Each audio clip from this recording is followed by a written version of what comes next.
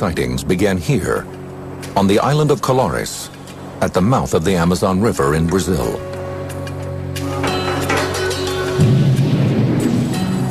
Though it is only a 2-hour drive from the bustling city of Belém, it is a world away in terms of culture and technology.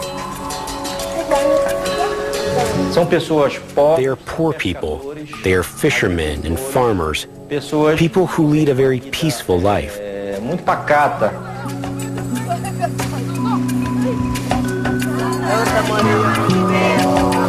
Like most people in Brazil, the 2,000 residents of Colares are predominantly Roman Catholic. But the island's remoteness has given rise to many local superstitions. They believe the island is mysterious, that a lot of phenomena occur there. The people of Colares have their legends and their traditions. 78-year-old Emilio Campos Oliveira is a longtime resident of the island. Nearly 30 years ago, he was part of an extraordinary and disturbing series of events that transformed life on Colares forever. I could feel it once the light went away. I felt the burning. It was here. The mark was kind of a circle. It was red in the middle of a black spot.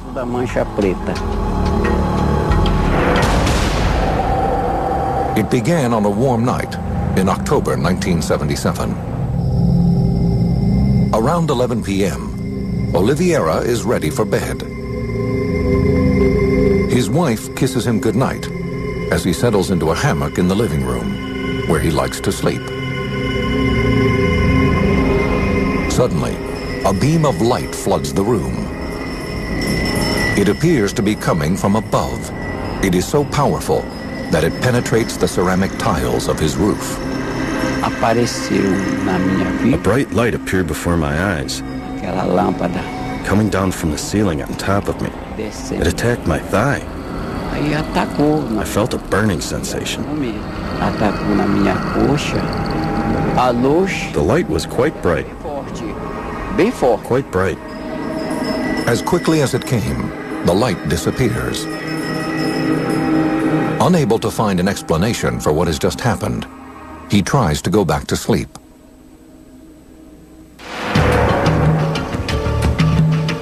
Days later, at about 8 p.m., 24-year-old Orivaldo Malaquias Pinheiro, a local fisherman, sets out with a friend for some night fishing.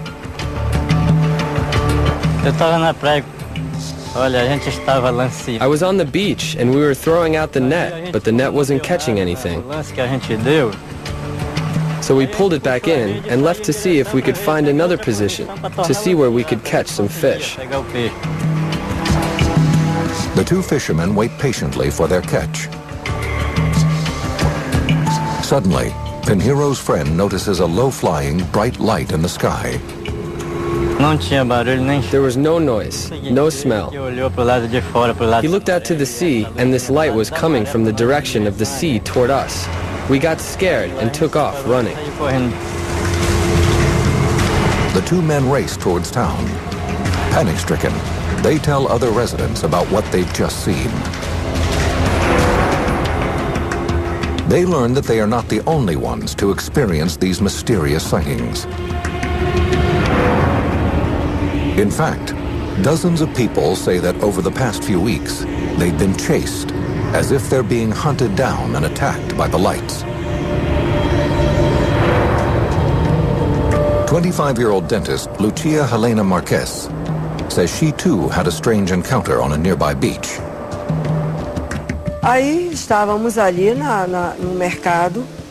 We were at the market and there was a commotion.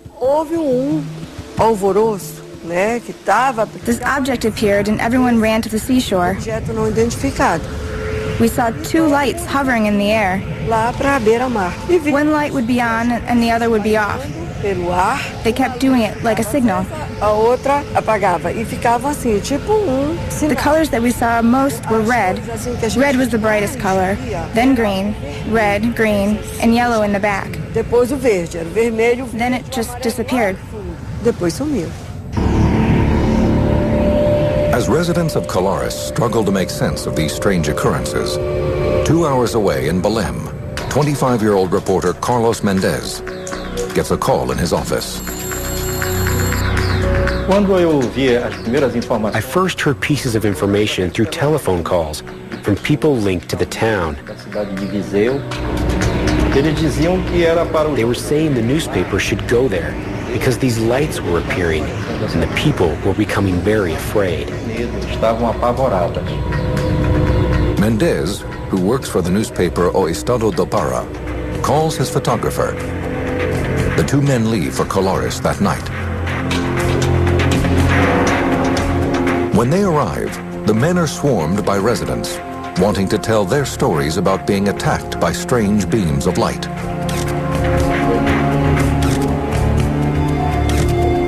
Some even say they have been wounded by the lights. One woman, she was in her house at night when suddenly she saw the brightness. And she noticed that the light was shining on her house. It pierced the roof and lit up the bedroom. The woman says her legs and arms were paralyzed. And the next day she noticed something strange on her chest. On her breast there were marks, as if someone had perforated her breast a number of times in the same place with a pin.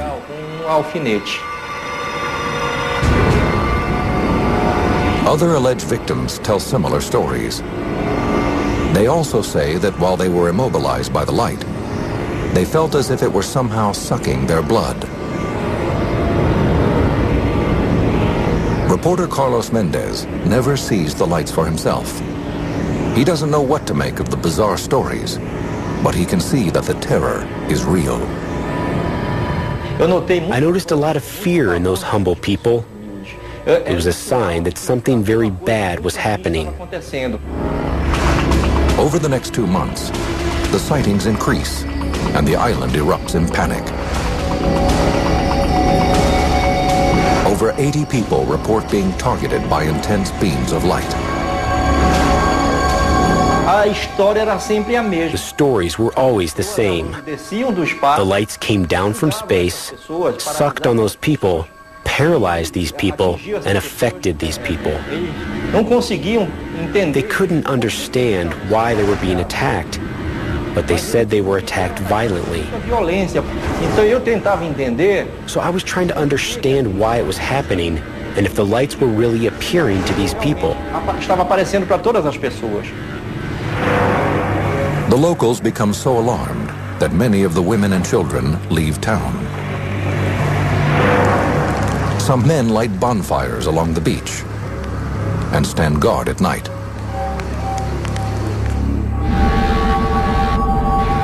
Others stay locked in their homes for fear of being targeted. I saw the people's fear. I saw the feeling of terror these people had, and I saw the plea for help that the people were making. It seems as if someone or something is attacking the people of Colares. No one knows why.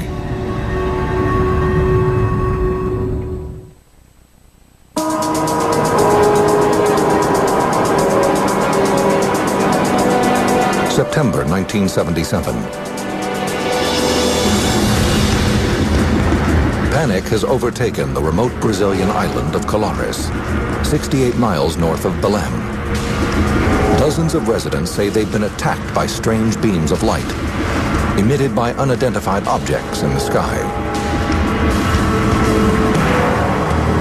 At that time, Dr. Valaide Carvalho is the 24-year-old director of the local healthcare unit. She has been on the island for only 6 months. Over the last few days, the young doctor has seen an increase in her patient load, many of whom claim they have been injured by these unexplained lights. People kept showing up, and I was getting irritated because I thought it was getting to be too much. It was mass hallucination. It was mass delirium. I had more and more cases. I remained skeptical, thinking they had all gone crazy for some reason. The symptoms the doctor sees are all the same. The patients display what appear to be radiation burns, as well as unusual puncture marks. Physician Daniel Rabiso studied the events on Colares. As marcas geralmente eram a nível de tórax. The marks were generally at the thorax level, shoulders, chest, cases on the thigh, the leg, and generally the burn was small. A queimadura era pequena. It wasn't very extensive, a maximum of 15 centimeters in diameter. E a doutora Velarde. Dr. Velarde observed small papillas as if there were two small injections in the location of the wound. Da ferida.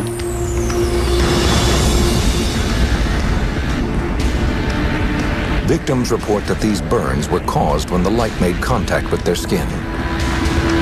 But the wounds are unlike any burns the young doctor has treated before. The marks caused by the burns turned black suddenly, as if they were burns that had been around for 10 days or so. However, many times it had only been 10 minutes since they were made. And the doctor's most disturbing cases are yet to come. In September, she examines a woman whom relatives claim has been attacked inside her home by a bright light. She arrived being carried by family members. She was already in a state of spasms, as if she was having cardiac arrest. Her mouth was shut tight, her eyes were closed, she had no reflexes at all. Carvalho tries to stabilize the woman's condition, but there's no sign of improvement. There was nothing more we could do. The only thing left was to put her in a car, since we didn't have an ambulance, and drive her to Belém.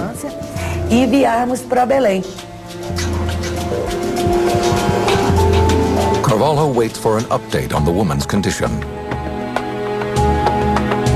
5 days later, another serious case is brought to her clinic. A woman whom witnesses say was hit by a strong beam of light while standing in her yard. She arrived in a squad car in such a profound state of rigidity that they couldn't fold her into the car. And she came lying on the back seat with her legs sticking out because they couldn't bend them in. Carvalho sends this patient to the city as well. Soon, the doctor receives word from the regional hospital in Belém about her patients.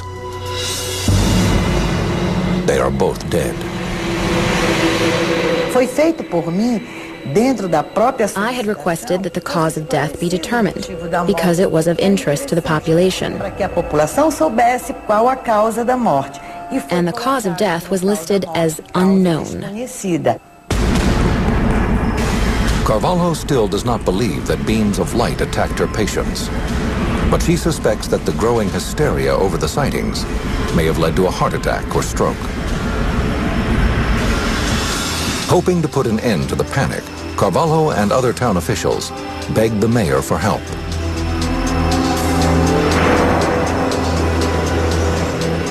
In September, the mayor contacts the Regional Air Command of the Brazilian Air Force, or COMAR. It is at this point that COMAR assigns Captain Yorange Holanda to lead a team of Air Force officers in an investigation of the strange events on the island. According to reporter Carlos Mendez, who is researching the events on Colares, Holanda's team may have been dispatched because the area has been the site of repeated guerrilla attacks by communist rebels. The reporter believes the Air Force assumes the lights are being created by weapons fire in the jungle, and Holanda's job is to track down the rebels. I believe that the objective of the military in Colares was first of all to investigate if there was any subversive activity from communist agents. But if that's the case, the project is given a curious name. Captain Holanda's mission is known as Operation Saucer. He assembles his team quickly. 37-year-old civilian Pinon Frias is brought on as a pilot. There was suspicion that it was a type of device that was violating Brazilian airspace. We didn't know what country it was from, but something was violating airspace. The Air Force has the obligation to verify what it's about. At the beginning of September, Holanda's team of officers, engineers, and scientists arrives on Colares. The men erect shelters and set up telescopes and cameras on nearby beaches. Their activities are carried out in full view of the island's residents, in the hope of calming the fear that has gripped the island. When we arrived in Colares, there was total panic in the town. The population wasn't sleeping because of the fear. Despite attempts to calm them down, we couldn't do it, especially the older residents, some of whom had been affected by the lights. Once on the island, the Operation Saucer team tries to gather as much information as possible. Captain Holanda immediately goes to see Dr. Carvalho. The first thing proposed to me at 6 o'clock in the morning when I received the Air Force entourage was that I tell the community from that point on that all these cases of affected people were mass hysteria. For the doctor, the meeting is an early sign that the Air Force is not interested in seeking the truth, but in covering it up instead. Carvalho refuses to go along with their plan. I couldn't trick a community that expected so much from me, especially support and credibility. Holanda also meets with local eyewitnesses, including then 48-year-old Emilio Campos Oliveira, a resident who says he's been burned on his thigh by the light. They came to see me. They photographed where I was hit. The only ones who saw my mark were people from the Air Force. They saw the mark. The sightings continue throughout the next 4 months. Captain Holanda's team is busy collecting information from witnesses and town officials. Their surveillance equipment is in use 24 hours a day. But the Air Force does not release their findings to the public. Those who think that Operation Saucer will help determine the truth are disappointed. Instead, some believe a cover-up has already begun.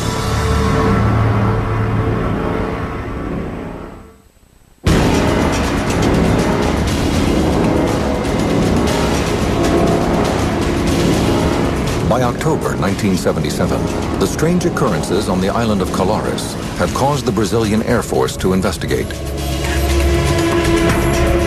Residents claim that UFOs have attacked them with powerful beams of light. Some people develop strange burn marks on their skin after the encounters.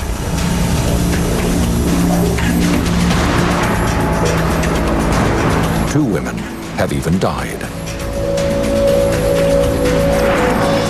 The Air Force's project Operation Saucer, under the leadership of Captain Urangue Holanda, is gathering information on the mysterious sightings.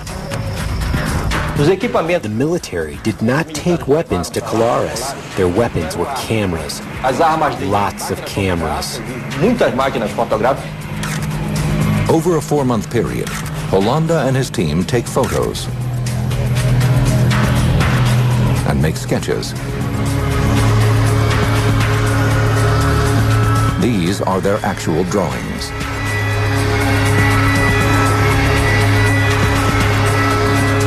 They also conduct interviews with the residents, including Dr. Valaide Carvalho. She has treated dozens of patients who claim they have been attacked. Initially, the doctor is skeptical about their stories, but soon she experiences a UFO sighting herself. It is around 6 o'clock. Carvalho is returning home from her shift at the local healthcare unit and sees a woman faint.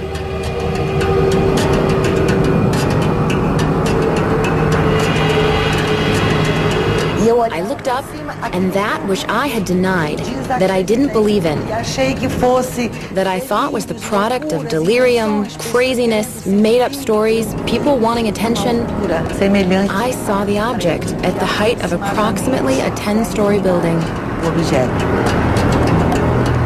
The object is cylindrical.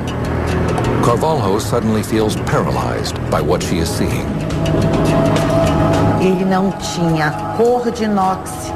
It didn't have the color of stainless steel, or the color of silver, or the color of anything else. It had its own color, and it moved in elliptical movements. It was directly over my head, making elliptical movements and coming back again.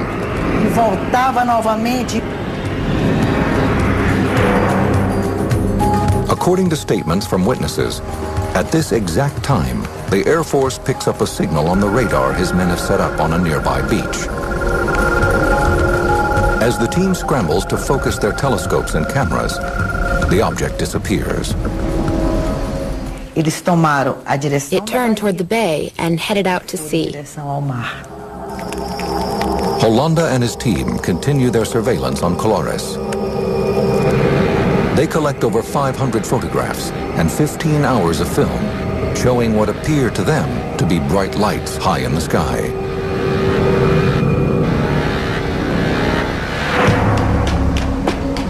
The reports from the investigation are sent back to Comar headquarters in the nation's capital of Brasilia.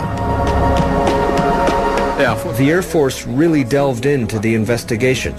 They had to give some kind of an answer to the people that were having these encounters. And I'm certain that it came as a surprise that the military men from the Air Force themselves began having their own encounters, their own experiences.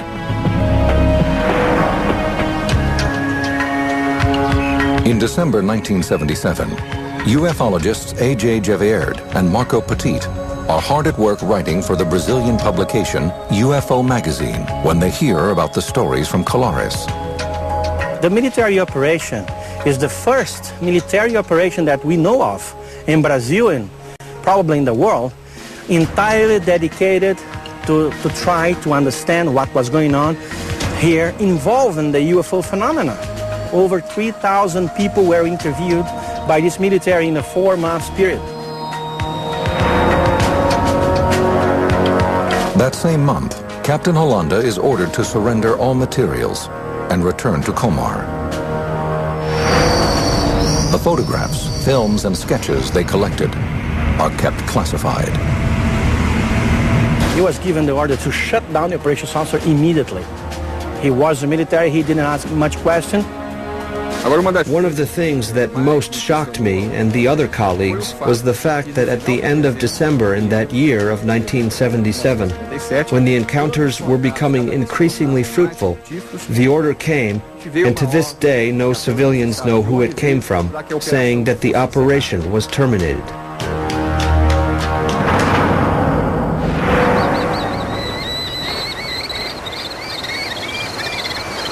Over the next few months, reports of strange sightings and bizarre attacks subside. In time, the stories about mysterious lights in the sky drift into local legend. For the next 30 years, Operation Saucer is kept under wraps, but Captain Hollanda does not remain silent forever.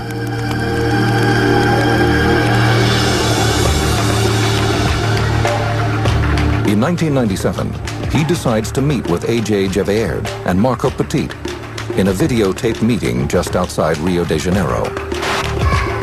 In this rarely seen video, the captain gives his chilling account of what happened on the island.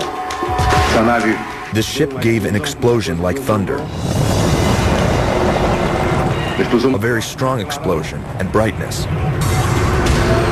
It took off at incredible speed toward the atmosphere. And disappeared among the stars.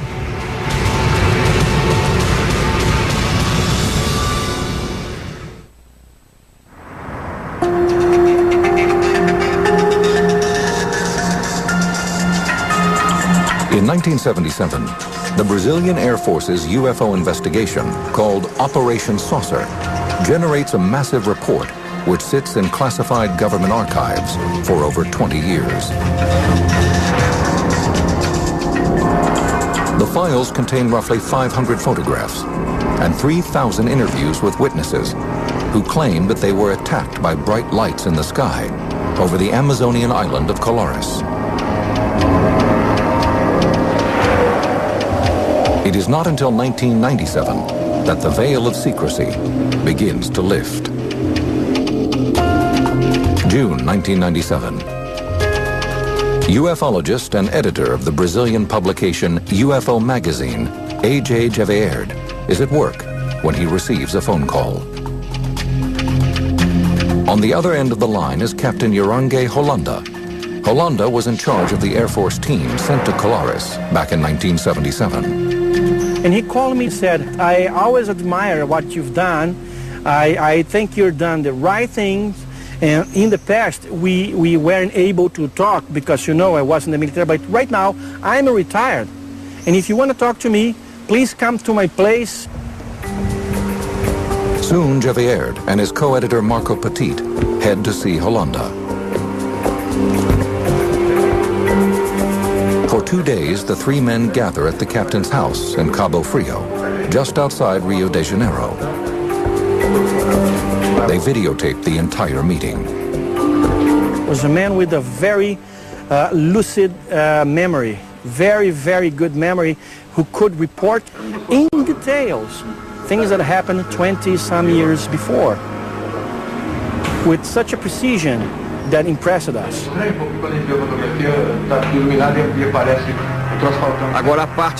The most important part, without a doubt, is his description of the encounters he had with these ships. He came face to face with ships that sometimes were 100 meters in diameter, of varied shapes, and that really placed him in a situation that few people, in global terms, had the opportunity to witness.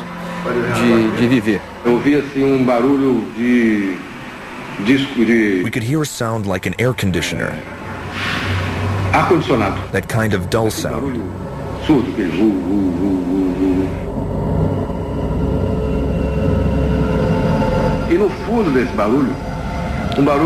And deep inside the sound, there was a clicking noise, like the sound of a ratchet. This noise coming from the ship was very clear.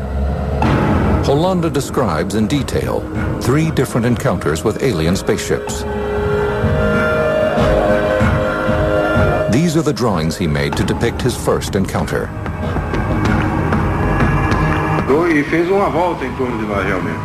He told the researchers that his second encounter occurred one evening while he and his team were standing on the beach. The light came close to us and stopped high. It was high, quite high up there. But it stopped and actually made a circle around us. It made a circle and then took off toward the east. The captain then describes his last and most shocking encounter. He tells the ufologists that he was visited by a humanoid from one of the ships while he was in bed. I was lying on my side. Suddenly, a very powerful flash lit up the room. I was startled. I heard a strange thing, and immediately afterward, there was a being behind me, hugging me. It was a rather strange situation. The captain then goes on to describe the alien. It was 1.5 meters tall, more or less, dressed in a suit resembling an astronaut or a diving suit. It was kind of soft. It wasn't very tight. I didn't see the face. It had a mask that was lead gray, and I couldn't tell the details of the face. I didn't see any eyes. I didn't see any shape.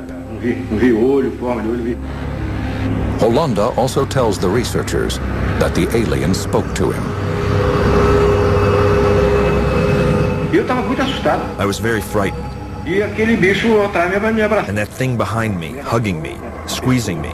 And it spoke into my ear in Portuguese, with a sound It seems like a computer, that metallic voice. Computador. Voz de computador, aquela voz metalizada, metalizada. It spoke into my ear. Take it easy. We're not going to do you any harm. Hollanda says that the alien then disappeared. He could tell us with such a precision what happened. And you can see that there was a great variety of objects operating in this area. Some objects, strangely, they would come from the jungle. They would come from between the trees. Some other would come from the sky. And a few others would come from the water. That's very amazing. The captain makes another startling claim. He shows the ufologists his arm. There appears to be an object implanted under the skin. He says that the alien put it there during his last encounter. Flexible, plastic. Here, you press and it shows up there. This point here. Did you ever get it x-rayed? Yes, but it didn't show anything. In July 1997, Hollanda's story is published in Gevaerd and Petit's UFO magazine. But those hoping that his startling disclosure will lead to a second investigation are disappointed. Instead, a new chapter of the Colares mystery begins. On October 2nd, 1997, Captain Hollanda dies. The official cause of death is asphyxia, but it is not clear if the death was accidental, suicide, or perhaps murder. According to colleagues, Hollanda did have a history of mental illness and had attempted to kill himself before. Yet others who knew the captain say it could not have been suicide. His co-pilot, Piñón Frias, suspects that he may have been murdered. Hollanda would never take his own life. I can't accuse anyone of anything either. But he would never tie a rope around his own neck and lie down hanging himself. But A.J. Gevaerd disagrees with Frias. He took his own life. That was his decision. He was depressed. But what I know is that that man left us a very important message, is that we are being visited. And the Brazilian Air Force, which means the Brazilian government, knows about it. In March 2004, A.J. Gevaerd and Marco Petit decide to take action. 6 years after the captain's death, they demand access to the classified Colares report under a campaign they created called Freedom of UFO Information Now. This kind of information that we are talking about, I believe as a UFO researcher and as a citizen of Brazil, that it should not be restricted to the military files, to the military headquarters. It must be known by all society.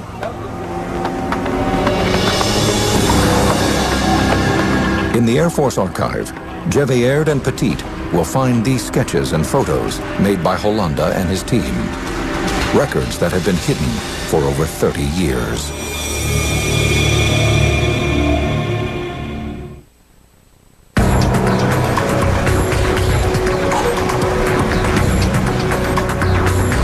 On May 20th, 2005, Brazilian ufologists A.J. Gevaerd and Marco Petit and a handful of other UFO researchers arrive at Brazilian Air Force headquarters to examine classified documents they have pressured the government to reveal.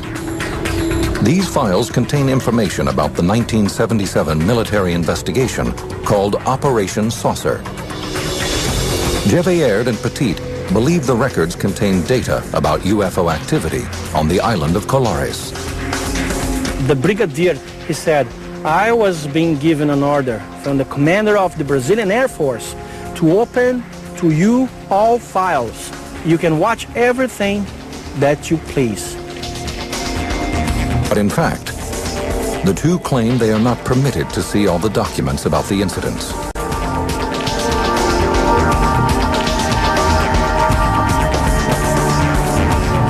These are some of the photos they examined.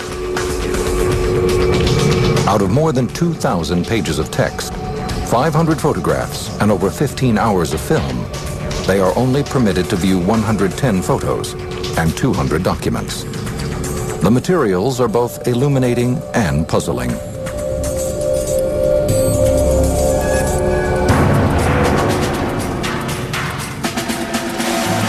They reveal that the Brazilian government devoted a great deal of time investigating the sightings.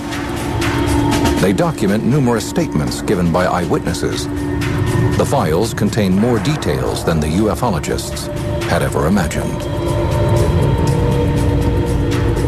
Gevaerd and Petit are not permitted to view the films contained in the files, but they do uncover photographs taken by Captain Hollanda, the head of Operation Saucer.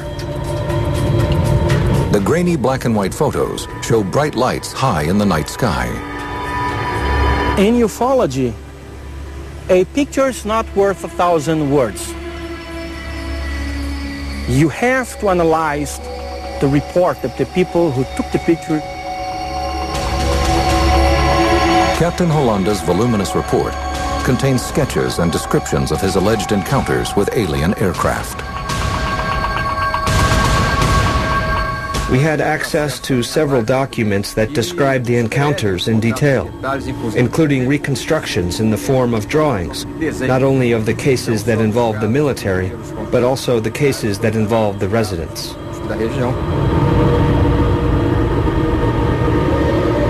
The documents describe several different encounters with the mysterious lights. The UFOs could come closer to people, and sometimes they could get small, shrink it or enlarge it, get lighter, like more illuminated. The report concludes by describing the burn and puncture marks supposedly caused by the lights, but offers no proof that they are connected. The report leaves this and many other questions unanswered. It does not attempt to determine the source of the lights, or try to debunk the speculation that they came from alien aircraft.